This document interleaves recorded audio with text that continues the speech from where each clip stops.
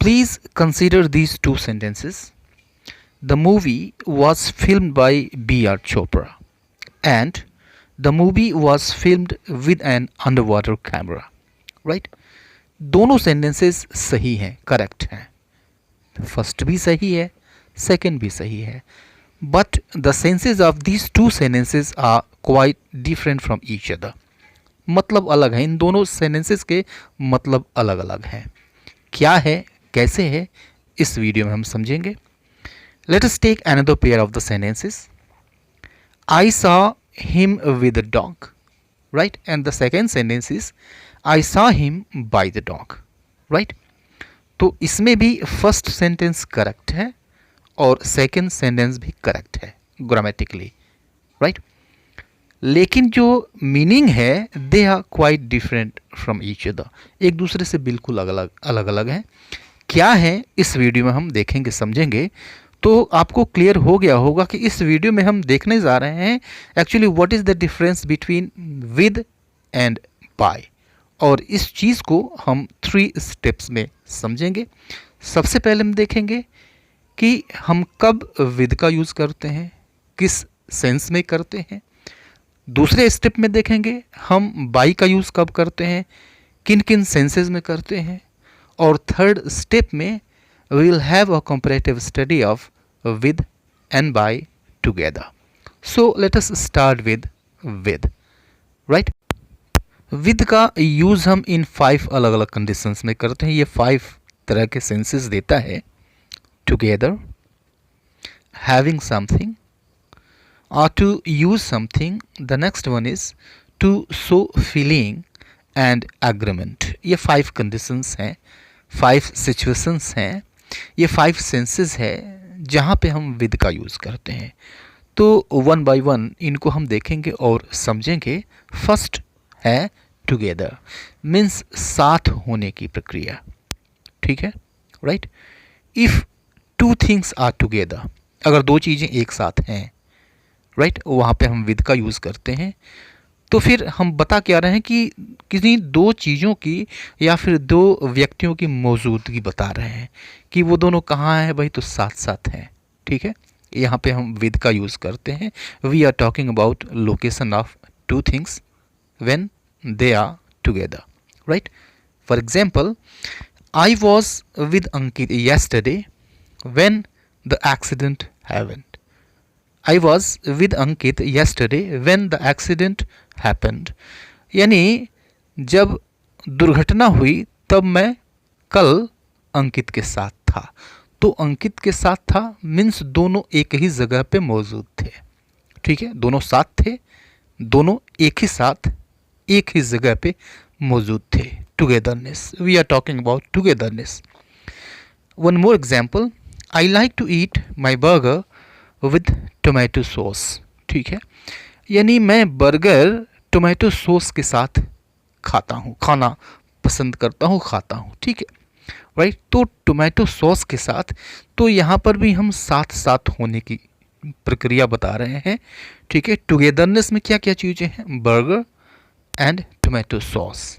ठीक है, burger is here and tomato sauce on it. I like to eat, right? दोनों साथ साथ हैं. ठीक है, एक साथ हैं.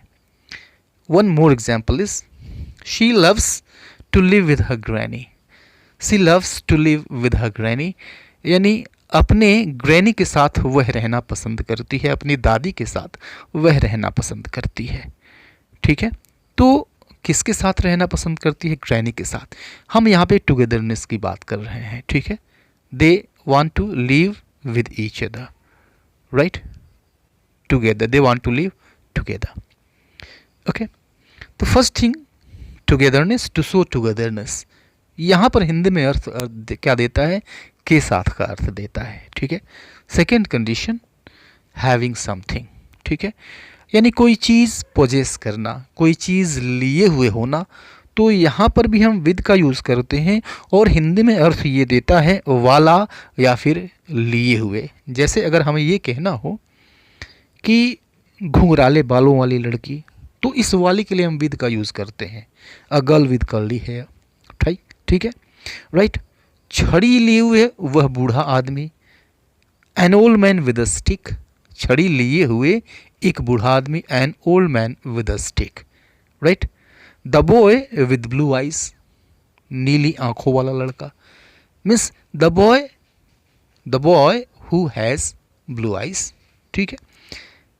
घुघराले बालों वाली लड़की, the girl who has curly hair, right. तो हैज़ या हैव, लिए हुए या फिर वाला, right? Let us see the examples.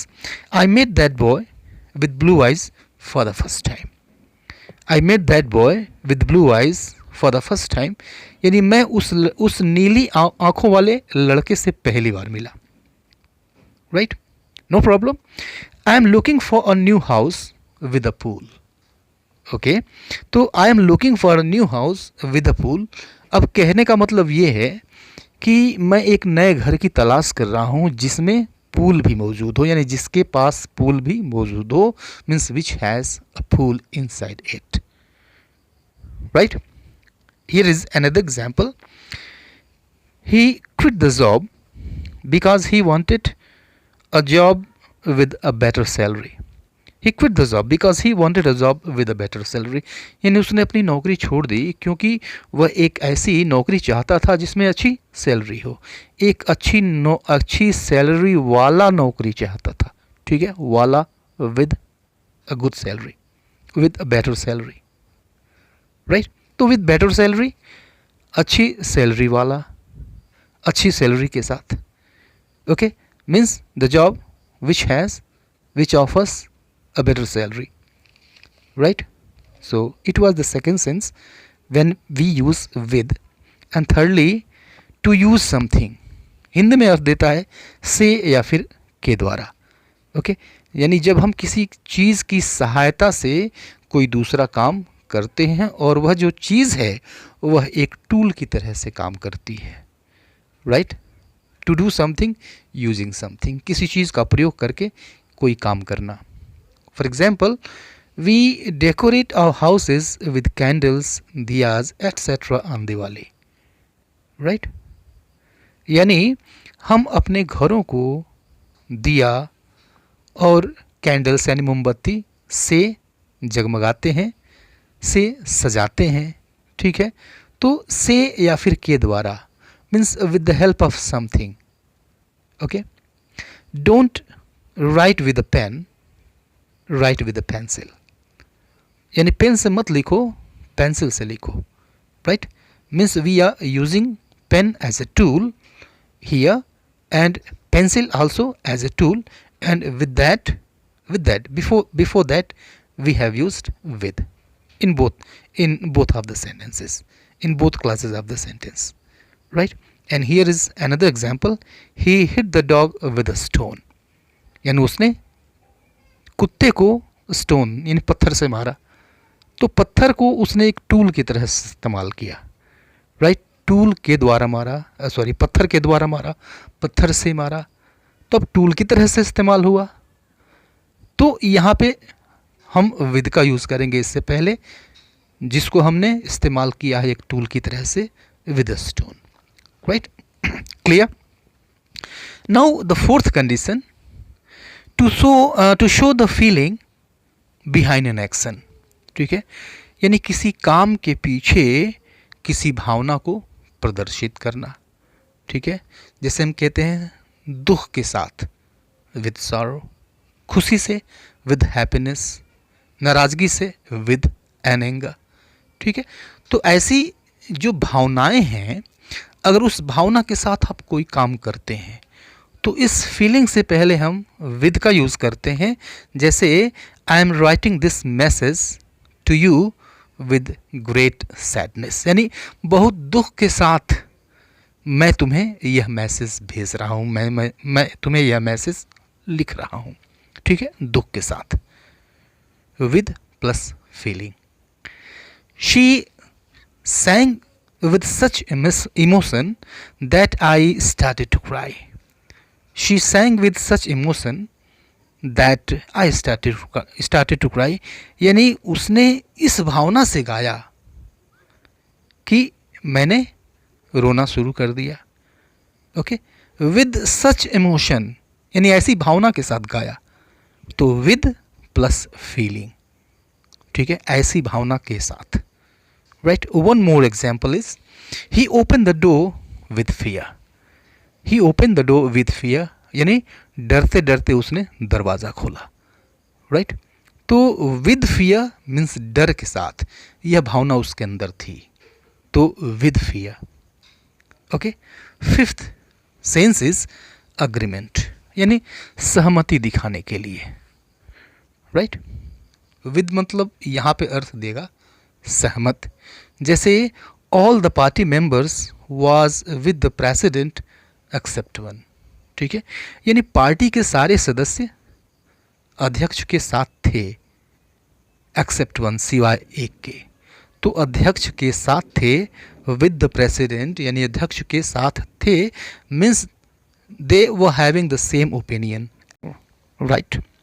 One more example is here, I am with the decision, यानी मैं निर्णय के साथ हूँ, यानी जो निर्णय ले लिया गया है मैं उसके साथ हूँ, मतलब मैं उससे सहमत हूँ, clear. Let us move towards the second step, that is by. By को हम किस किस कंडीशन में यूज़ करते हैं, क्या क्या अर्थ ये देता है, ये पॉइंट्स हैं प्रॉक्सिमिटी शो करने के लिए, या फिर टाइम को भी बताने के लिए यूज़ करते हैं हम, टू शो हु और व्हाट इज़ डूइंग समथिंग, यह चीज़ बताने के लिए, to show the method how something is being done, यह बताने के लिए, टू डू समथिंग अलोन, यानी कोई चीज़ अकेले किया जाना हो, यह बताने के लिए। तो वन बाय वन इन सभी चीज़ों को देखते हैं। फर्स्ट थिंग प्रॉक्सिमिटी, यानी निकटता या फिर समीपता दिखाने के लिए, ठीक है, मतलब इसका होता है ठीक बगल में, से सट कर या फिर से लग कर, ओके। जैसे she sat by me, she sat by me, इसका मतलब ये हुआ कि वह मुझसे सट कर बैठी, वह मुझसे लग कर बैठी, ठीक है। तो यह भी लोकेशन है, बाय मी मीन्स लग कर, समीप बैठी हुई है, वो मेरे समीप बैठ गई, okay. I park the car by the supermarket, ठीक है, यानी मैंने सुपरमार्केट के निकट के समीप या फिर के बगल में कार को पार्क कर दिया, ठीक है। तो यह प्रॉक्सिमिटी दिखाता है। बाई विद ऐसा नहीं करता है, वह टुगेदरनेस दिखाता है लेकिन प्रॉक्सिमिटी नहीं दिखाता है, ओके। बाई प्रॉक्सिमिटी दिखाता है, निकटता दिखाता है। She put an alarm clock bye her bed, she puts an alarm clock bye her bed, यानी अपने बेड के बगल में वह एक अलार्म क्लॉक रखती है, ओके, निकटता प्रॉक्सिमिटी।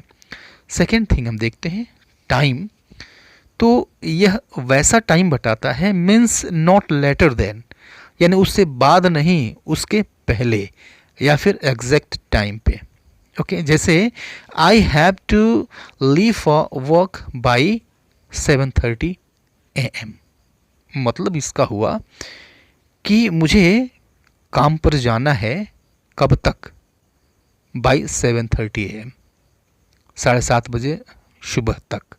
तो 7:30 बजे सुबह तक कहने का मतलब ये है कि this is the end time, यहाँ पे बाई का मतलब होता है तक, okay. One more example, the student need to hand in an application by Friday, right, यानी स्टूडेंट्स को, छात्रों को फ्राइडे तक एप्लीकेशन जमा करने की ज़रूरत है, okay. And one more example, ताकि चीज़ें और अच्छी तरह से क्लियर हो जाए, make sure to come back by midnight, यानी निश्चित रूप से आधी रात तक आ जाओ। तो आधी रात तक आ जाओ means that is the end point, उसके बाद नहीं आना है, उसके पहले आना है या फिर उस समय तक आ जाना है, right. Third condition, third situation, to show who or what is doing something, ठीक है, यानी यह बताने के लिए कि कौन या फिर क्या चीज़ किसी के द्वारा की जा रही है। इसका अर्थ होता है से या फिर के द्वारा पैसिव वॉइस में यूज़ किया जाता है, जैसे the Ramayana was written by Valmiki, ठीक है, यानी रामायण वाल्मीकि के द्वारा लिखी गई, या फिर रामायण वाल्मीकि ने लिखी, रामायण वाल्मीकि के द्वारा लिखी गई। ओके, तो बाय मीन्स के द्वारा पैसिव वॉइस में यूज होता है, आप पहले से जानते हैं। So that is not so difficult to understand. The children were frightened by the storm, right, यानी बच्चे तूफान से डर गए। फ्राइटेंड मेन वर्ब की थर्ड फॉर्म है बाय द स्टॉर्म, स्टॉर्म से डर गए, तूफान से डर गए, बाय द स्टॉर्म के द्वारा, राइट। फोर्थ सेंस देखिए, fourth situation, to show the method how something is being done, यानी वह तरीका बताना कि कैसे कोई चीज किया जा रहा है, ठीक है, काम करने का तरीका बताना, मैनर, करके। जैसे improve your strength by practicing yoga, improve your strength by practicing yoga, यानी योग अभ्यास करके अपने ताकत को बढ़ाओ, ठीक है। तो ताकत को बढ़ाओ, तरीका क्या है, बाय प्रैक्टिसिंग योगा, योगाभ्यास के द्वारा। Okay, so this is the manner, ये तरीका है, this is the way to improve your strength. Okay, another example, he earns his livelihood by selling fruits, ठीक है। तो ही अर्न्स हिज लिवलीहुड, वह अपनी जीविका कमाता है, तरीका क्या है, बाय सेलिंग फ्रूट्स, फल बेचकर, right, bye selling fruits. Okay, तो ये तरीका है लिवलीहुड कमाने का, तो तरीका बताने के लिए, मैनर बताने के लिए, ठीक है। And fifth situation is to do something alone, जब हम कोई काम खुद ब खुद करते हैं, अकेले करते हैं, विदाउट एनीबडीज हेल्प, किसी दूसरे की सहायता के बिना करते हैं, ठीक है। इस कंडीशन में हम बाय यूज़ करते हैं और उसके बाद रिफ्लेक्सिव प्रोनाउन का यूज़ करते हैं। For example, bye my self, by your self, by himself, by one self, okay, bye them selves. Okay, तो अब देखिए कि जो आदमी है कोई काम खुद ब खुद करता है, अकेले करता है, alone, nobody is there with him to help him or to help her. Okay, जैसे you have to do this work by yourself, यानी तुम्हें इस काम को खुद ब खुद करना है, अकेले करना है, स्वयं से करना है। by yourself means खुद, means अकेले, राइट। तो ये 5 कंडीशंस थे, सिचुएशंस थे जब हम बाई का यूज़ करते हैं। Now let us compare with and by side by side. Okay, let us take with plus a person is equal to together, right? ये तो होता है, पीछे हमने देखा with plus a person is equal to together. You can have a conversation. You can have a conversation with yourself. यानी तुम खुद से बातचीत कर सकते हो, ठीक है। अभी पीछे हमने देखा कि खुद से इसकी इंग्लिश होती है बाय योर सेल्फ, लेकिन हम यहाँ पे यूज़ कर रहे हैं विद योर सेल्फ, ठीक है। तो जब भी आप कन्वर्सेशन की बात करते हो तो फिर वहाँ पे स्पीकर होता है और लिसनर होता है, तो लिटरली 2 व्यक्ति होते हैं, राइट। लेकिन 2 व्यक्ति मौजूद ना हो, अगर कन्वर्सेशन है तो फिर आप खुद से भी कर सकते हैं, आप स्पीकर भी खुद हैं और लिसनर भी खुद है, दोनों हैं, राइट। तो सैद्धांतिक रूप से तो है, ओके। तो जब भी हम कन्वर्सेशन की बात करते हैं विद योर सेल्फ, यानी आप स्वयं कन्वर्सेशन करते हैं, खुद बोलते हैं और खुद सुनते हैं। सेंटेंस सही है, मतलब भी समझिए इसका। यहाँ पर 2 लोग हैं, राइट, 2 लोग हैं, एक स्पीकर भी है और लिसनर भी है, और दोनों कौन है, वो दोनों आप ही हैं। लेकिन अगर हम ये कहें I can do it by my self, means यहाँ पर सिर्फ एक ही आदमी है, इसको मैं खुद ब खुद कर सकता हूँ, मीन्स बिना किसी की मदद लिए हुए, विदाउट एनीबडीज हेल्प। यहाँ कहने का मतलब इसका ये है, और आप अकेले हैं। Okay, now understand this situation. The movie was film bye B.R. Chopra, ठीक है, यानी यह मूवी B.R. चोपड़ा के द्वारा फिल्म आई गई। तो फिल्माई गई मतलब बनाई गई है, ठीक है, वो इसके प्रोड्यूसर हैं। आपने पीछे देखा कि the Ramayana was written by Valmiki, ठीक है। तो वाल्मीकि के द्वारा लिखी गई सेम सिचुएशन यहाँ पे है।